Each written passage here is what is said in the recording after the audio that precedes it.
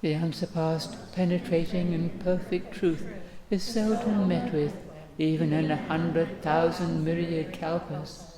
Now we can see and hear it, we can remember and accept it. I vow to make the Buddha's truth one with myself. Homage to the Buddha, homage to the Dharma, homage to the Sangha.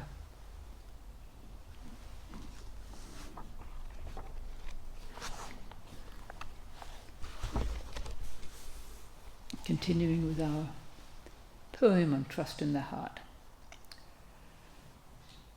When the mind does not discriminate, all things in the whole universe are the one which is. The nature of this one which is subtle and profound, unconcerned with karmic conditions in its steadfastness.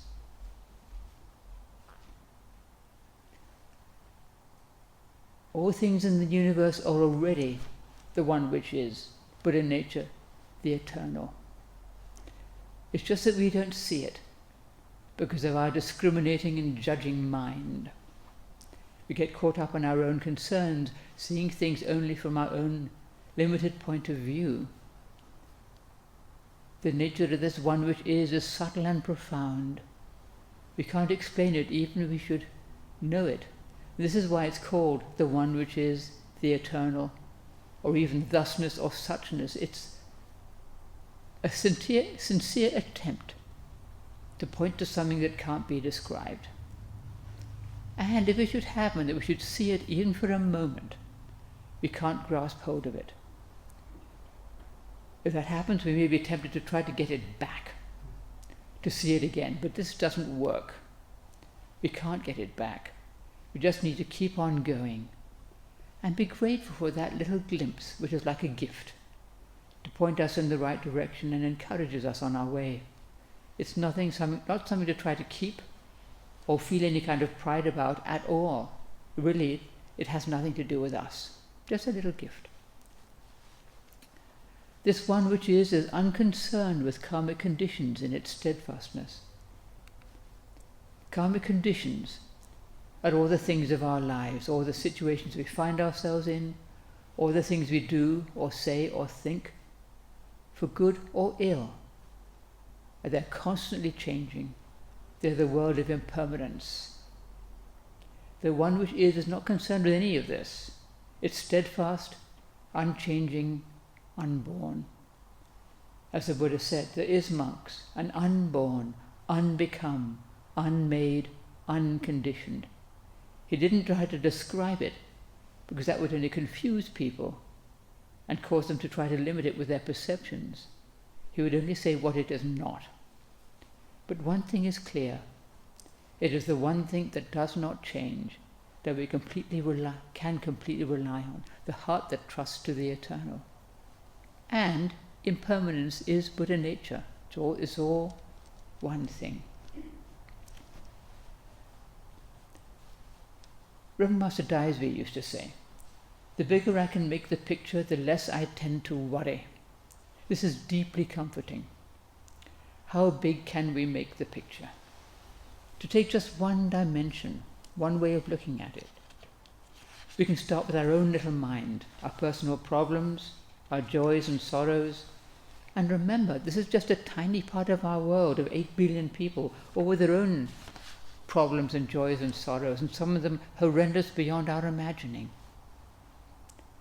We can think of our little fragile planet, just one of many, going around our little sun, which is so important to us, but it's just one of trillions of suns, of stars, in billions of galaxies. Not a special star at all, just a little modest, normal, everyday star. It's all far beyond our power of thought. Well, we can't stay there. We still have to wash the dishes and go to work. But every now and then, we can come back to that bigger picture. How important am I with my little life? How important is our little world even in the great cosmos? And yet we still need to do our very best with our little life, to be kind, to sit still, to keep the precepts. It does matter what we do. We must not forget that. And then there's a real bigger picture, which I think is what Reverend Master Daisy was talking about.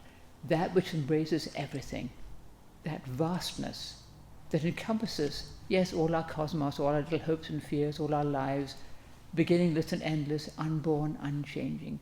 And we are just a tiny little speck in that. There is something a whole lot bigger than we are. And we rely on that. We entrust ourselves to it. We entrust our little life to the great matter. That's the bigger picture.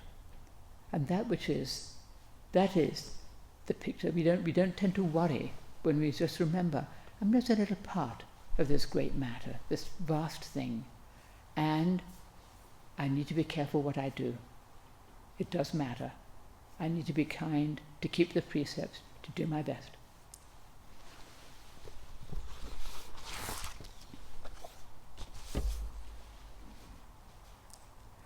If you look upon all things in the whole universe as though alike, they will return to what they naturally are. When you put an end to that which needs things, comparisons cease. When you stop all mental activities, there will be no activities. But even when activities cease, you will not have stillness. Since both sides of a duality are in themselves incomplete, how can either one be absolute? To look upon all things in the whole universe as though alike, that is pretty hard to do, actually. We started with simply give up being picky and choosy. Well, I think I can do somewhat. And now we've been led to looking upon everything as though it's all alike. How can we do that, actually? But actually, basically, this is what we're aspiring to see things with an even, unbiased mind. However imperfectly, things will return to what they naturally are. We will see more clearly without prejudice. That's the way things really are, despite what we may see, all our little likes and dislikes, our little views. That's what we're trying to come back to. Our biases, our distortions. We can see this at work in our own mind. If we like somebody, we tend to be more forgiving of their mistakes. And if we don't like them, we tend to judge them more harshly, If we're expecting people to behave in a certain way, and they behave quite differently, we can get upset. If we would expect someone to be grateful for something you've done for them or something you've given to them, and they're resentful about it, they don't like it, they didn't want that, they had a different view, a different expectation. So we're unhappy because we expected gratitude. When you put an end to that which needs things, comparisons cease. Think of shopping, especially online shopping. We want something.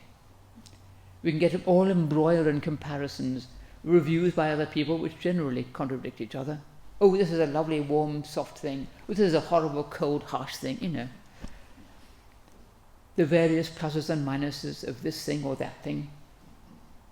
Then sometimes we might come to our senses and think, I don't really need this thing anyway, what am I doing, Or if we do need the thing, we don't have to get all involved in which thing is the perfect best. Maybe good enough is good enough. When you stop all mental activities, there will be no activities. But even when activities cease, you will not have stillness. Once again, don't try to stop thoughts from arising. Just let them come and go. If we try to stop our thoughts, we just struggle. We won't have stillness. We need to just sit under the bridge, as we've been talking about, and let those thoughts come and go, without judging them, or trying to stop them, or feeding them. Easy to say, not so easy to do sometimes.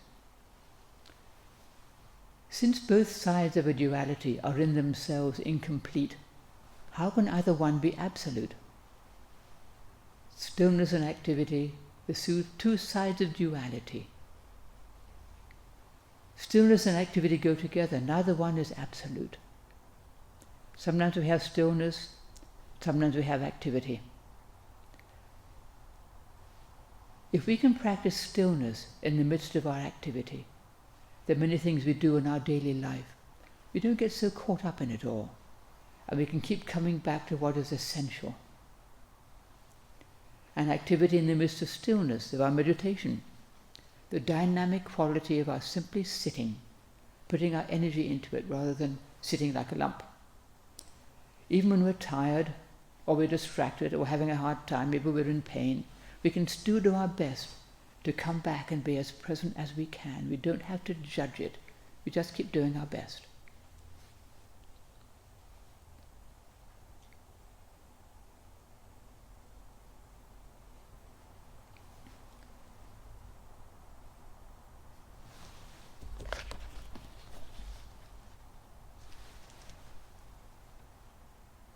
Rules and standards do not exist for that which is supreme and ultimate, but they exist for us.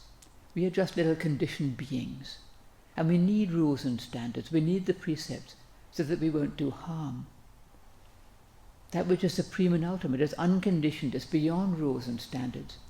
We can't make judgments or have opinions about it. Hence, devote your heart to being impartial. Within whatever activity you undertake will attain stillness. Stillness in the midst of activity. This helps us to keep the precepts, to pay attention to what we're doing. When we break the precepts, we lose our stillness. We are in turmoil. And when we aren't wanting something, when we don't have some preference, then we can be more still, just seeing what's good to do, rather than what we want. Completely cleansed of weariness and doubts, your true faith will then harmonize discords and straighten out irregularities, so that nothing lingers on, nothing is clung to by memory. Cleansed of weariness and doubts, letting go of all fear and doubt, our true faith comes through, and it helps us to live in harmony, sort out problems, and not be bound by fearfulness or doubt. Just doing what needs to be done without any agenda of our own. Then we don't leave some karmic wake.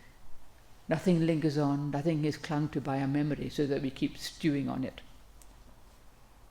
It's when we want something or some outcome that we have discord, both within ourselves and between ourselves and other beings. Not always, but quite often. When we don't want something, we can be in harmony. This doesn't mean we don't do anything, or we just passively agree to what other people want. Sometimes we do need to stand up for something. We need to express an opinion. We need to take some action. But if we can do it without wanting something or rejecting something, without bias or a motive of our own, and without getting all upset, then we can usually work things out harmoniously. And if we do find ourselves getting upset, we can consider, why am I upset? What am I holding on to? And we may see that there's a self in there, wanting something different, that lurking self. Bright and empty of expectations, just functioning naturally, your mind will not wear out its strength, but it is not a place for judgmentalism. However, discriminatory consciousness and feelings will find this difficult to fathom. Bright and empty of expectations, just functioning naturally. Your mind will not wear out its strength, but it's not a place for judgmentalism. When we have very strong views about something, we can exhaust ourselves, wear out our strength, thinking about it, trying to persuade others to our view, investing our time and energy in it, maybe lying awake at night stewing on it. But if our mind is bright and empty of expectations, just functioning naturally, then we don't get so involved in judgments and opinions. Expectations. Empty of expectations. Expectations are the prelude to disappointment. A lot of the problems we encounter with our liking and disliking are the result of expectation. We're expecting what other people will do, or what will happen, how things will turn out. And of course, people don't always do what we expect them to do. Things don't always happen in the way we expect or we hope that they will. A bright mind without expectations can accept things as they are and not be disappointed or upset. However, discriminatory consciousness and feelings will find this difficult to fathom. If we're full of judgments and opinions and strong feelings about something, it's hard for us to understand how or why someone else would not want to feel the same way. We may judge them as thinking they're indifferent, uncaring, unconcerned with the way things are, or the way we feel they should be. Or we might think they're foolish and deluded, or even bad, because they think differently or act differently from us. This attitude of seeing all things as though alike, without judgment or partiality, can sound rather idealistic, if not impossible, not grounded in the harsh reality of our present-day world. And in a way, maybe it is. But it's something we can aspire to. The wider and deeper view, the bigger picture, which is the view of wisdom and compassion. And then we can better practice equanimity and acceptance, always remembering that kindness and compassion and caring for all beings is an essential part of it all. We don't want to get stuck up in the great cosmos and forget about everything. Come back to reality, come back to our daily life, and just take care. Take care with things, take care with people, take care with our own mind, just doing our very best in the midst of it all. And this is part of that which is engraved upon the heart that trusts to the eternal. Homage to all the Buddhas in all worlds, homage to all the Bodhisattvas in all worlds, homage to the scripture of great wisdom.